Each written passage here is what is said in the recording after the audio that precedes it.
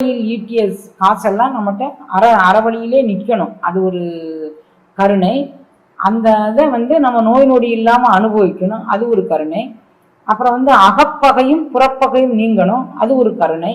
இதுக்கெல்லாமா சேர்த்து எங்களுக்கு ஏதாவது நீங்கள் ஒன்று சொல்லுங்க அப்படின்னு சொல்கிறாங்க. பைரவ மந்திரத்தை நீங்கள் ஆதாரமாக கொண்டு உங்களுடைய உடலினுடைய பாசிட்டிவ் எனர்ஜிகளை நீங்க கூட்டிக்கலாம். அதாவது நேர்மறை எண்ணங்களை கூட்டிக்கலாம். இது நம்மை பாதுகாத்து கொள்ளவும் இறை உணர்வை நாம் பெற்றுக்கொள்ளவும் இந்த மந்திரம் துணை செய்கின்றது.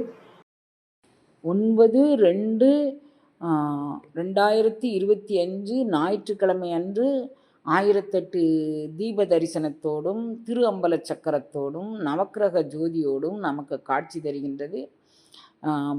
10/2/2025 திங்கட்கிழமை காலை 7 மணிக்கு, அதாவது 5 மணிக்கு அகோல் பாராயணம் தொடங்குகின்றது.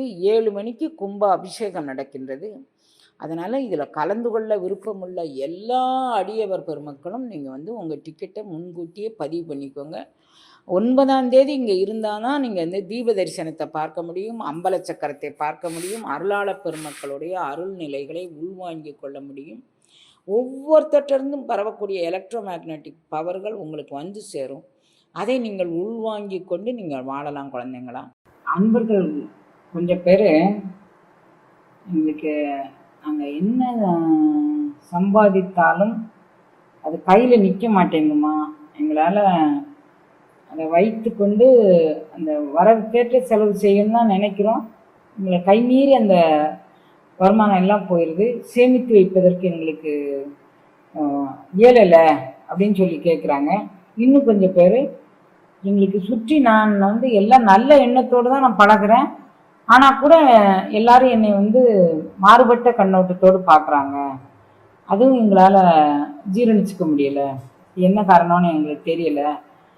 அது வேற ஒன்று இருக்குது. அப்புறம் இன்னொன்று, எங்களுக்கு அந்த கரணங்களை அடக்கணும் அப்படின்னு நீங்கள் சொல்கிறீங்க. எங்களால் அந்த கரணங்களை அடக்க முடியல. அப்போ அதாவது நாம் சம்பாத்தியம் பண்ண காசு நம்மகிட்ட நிற்கணும். அறவழியில் இபிஎஸ் காசெல்லாம் நம்மகிட்ட அறவழியிலே நிற்கணும். அது ஒரு கருணை.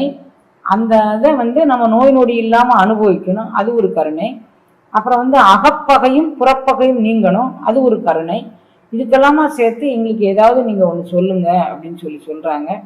எந்த இதுவுமே நாம் மந்திர சாத்திரம், அதாவது அதர்வண வேதம் அப்படிங்கக்கூடிய ஒரு வேதம் ஒன்று இருக்குது. அதில் உள்ள மந்திரங்கள் எதுவுமே நான் எப்போவுமே எடுத்து கையாளுறது கிடையாது. திருமந்திரத்தில் சொல்லப்பட்டிருக்க பைரவி மந்திரம் அப்படின்னு ஒரு மந்திரம்.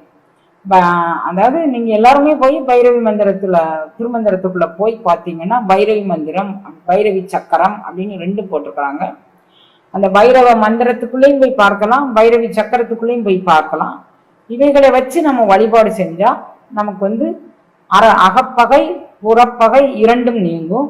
அது தவிர நம்மளுடைய ஆன்ம பலம் கூடும். ஆன்ம பலம் அப்படின்னா, யாரோ என்னை எதிர்த்து வந்துட்டாங்க, என்னை தேவையில்லாமல் என்னை சுற்றி பகைவர்கள் கூடி நின்றுட்டாங்க அப்படின்னு நான் என்ன பண்ண போகிறேன் அப்படிங்கிறது தெரியாமல் நான் அப்படி திகைச்சு நிற்கும்போது, இல்லை நான் இனி திகைக்க வேண்டாம், திகைத்தால் என்னை தேற்ற வேண்டாவோ அப்படிங்கிறாங்க. இது எல்லாமே, இந்த மந்திரங்கள் எல்லாமே யோக நூலின் அடிப்படையில் சொல்லப்பட்ட மந்திரங்கள். இந்த மந்திரங்களை சொல்வதன் மூலமாக நம்மளுடைய உடம்புல, இப்போ நம்ம சாதாரணமாக உலகில் ஒரு இது சொல்லுவாங்க, அட்ரினல் அப்படின்னு நம்ம உடம்புக்குள்ள ஒரு சுரக்கும். நாய் நம்ம நாய் வரும்போது நம்ம பயந்துக்கிட்டு ஓடணும்னு வச்சுக்கோங்க, அந்த சுரப்பு அதிகமாக சுரக்க ஆரம்பிக்கும். அப்போ நாய்க்கு அந்த மோப்ப சக்தி மேலே, அந்த அட்ரினல் சுரப்பியோட அந்த சுரப்பு மேலே இந்த நாய்க்கு ஒரு மோப்பம் அதிகம். அந்த மோகத்தினால நாய் ஓடிக்கிட்டு இருக்கிறவங்கள பார்த்தா அது துரத்திக்கிட்டே போகும். நின்று எதிர்த்து நின்றுட்டோன்னா அந்த நாய் எதுவும் செய்யாது. ஆனால் நமக்கு யாருக்குமே நாயை எதிர்த்து நிற்க முடியாமல் பயம் அதிகமாகி நம்ம பாட்டில் ஓடுவோம். அப்போ நம்ம உடம்புல இந்த பயம் காரணமாக சுரக்கக்கூடிய அந்த அட்ரினல் சுரப்பி சுரக்கும். அது மாதிரி ஒரு சுரப்பியை சுரக்க விடாமல் இந்த சுத்தி பகைவர்கள் வரும்போது நம்மளுடைய சுரப்பிகள் ஏதேனும் பயம் காரணமாக மரணம் தருமோ அப்படிங்கக்கூடியது காரணமாக, அல்லது அவர்கள் ஏதோ ஒன்றை நம்மளை செய்து விடுவார்களோ அப்படிங்கக்கூடியது காரணமாக நாம் அப்படியே நம் நிலை மாறி நம்மளுடைய செயல்திறன் மாறி நம்ம நிற்கும் போது, அப்படி நிற்க விடாமல் நம்மளை முழு பாதுகாப்பாக அந்த அல்லல் படையும் மாயப்படையும் வாராமல் நம்மளை காக்க வல்ல மிக பெரும் ஒரு கவசம் இந்த பைரவ மந்திரம். அப்ப பைரவ சக்கரம், பைரவ மந்திரம் இரண்டும் நமக்கு மிகுந்த பாதுகாப்பு தரக்கூடியது. பைரவ மந்திரத்தை நீங்க ஆதாரமாக கொண்டு உங்களுடைய உடலினுடைய பாசிட்டிவ் எனர்ஜிகளை நீங்க கூட்டிக்கலாம், அதாவது நேர்மறை எண்ணங்களை கூட்டிக்கலாம். இதன் மூலமாக எலக்ட்ரோ மேக்னெட்டிக் பவர் அப்படின்னு சொல்லக்கூடிய மின்காந்த அலைகளையும் கூட்டிக்கலாம். அதற்கு தகுந்த மாதிரியான ஒரு மந்திரம் திருமந்திரத்துல சொல்லியிருக்கிறாரு. இது என்னுடைய சொந்த மந்திரம் அல்ல, அல்லது வேற அதர்வண வேதங்கள்ல இருந்து எடுத்த மந்திரங்களும் அல்ல. அது பிறரை வசியப்படுத்துவதற்கு இதுக்கும் செய்யும். இது நம்மை பாதுகாத்து கொள்ளவும் இறை உணர்வை நாம் பெற்றுக்கொள்ளவும் இந்த மந்திரம் துணை செய்கின்றது.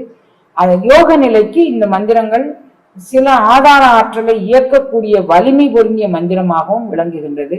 அதனால இந்த மந்திரத்தை நீங்க இதுல சொல்லப்பட்டிருக்க முறைப்படி நீங்க சொன்னீங்கன்னா உங்களுடைய மனது திடப்படும். இது பைரவ மந்திரம் அப்படிங்கக்கூடியது பைரவி மந்திரம் அப்படின்னு இதை சொல்றாரு திருமந்திரத்துல. இப்ப நான் அந்த மந்திரத்தை ஏற்கனவே நம்ம பைரவ மந்திரம் சொல்லக்கூடிய பகுதியில இதை நம்ம சொல்லி இருக்கிறோம். நான் அதுல சொல்லி இருக்கிறேன் அப்படின்னு சொன்னேன். எங்களுக்கு அதை சொல்ல தெரியலமா அப்படின்னாங்க. சரி, நான் இன்றைக்கு அதை சொல்றேன் அப்படின்னு சொல்லி இருக்கிறேன். இதை நீங்க எல்லா அன்பர்களும் நம்ம வேள்விக்கு முன்னால இன்றையிலிருந்து 10 தினங்கள் கழிச்சு நமக்கு வேள்வி வருது. இன்னைக்கு திங்கட்கிழமை, இன்னைக்கு முடிஞ்சிருச்சு. செவ்வாயோடு செவ்வாய் 8, புதன்கிழமை அன்னைக்கு நமக்கு யாகம் இருக்கு.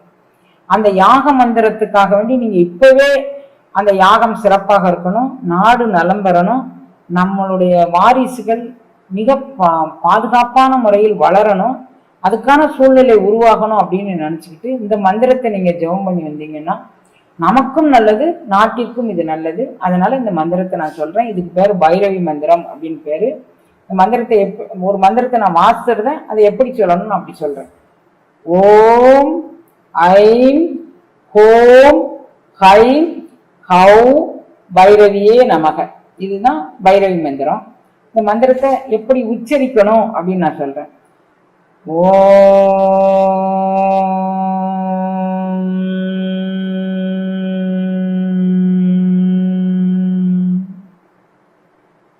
I'm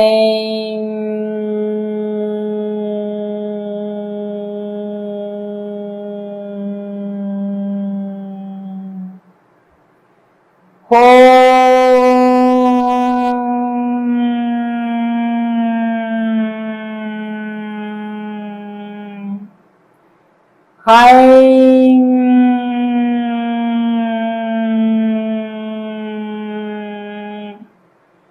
how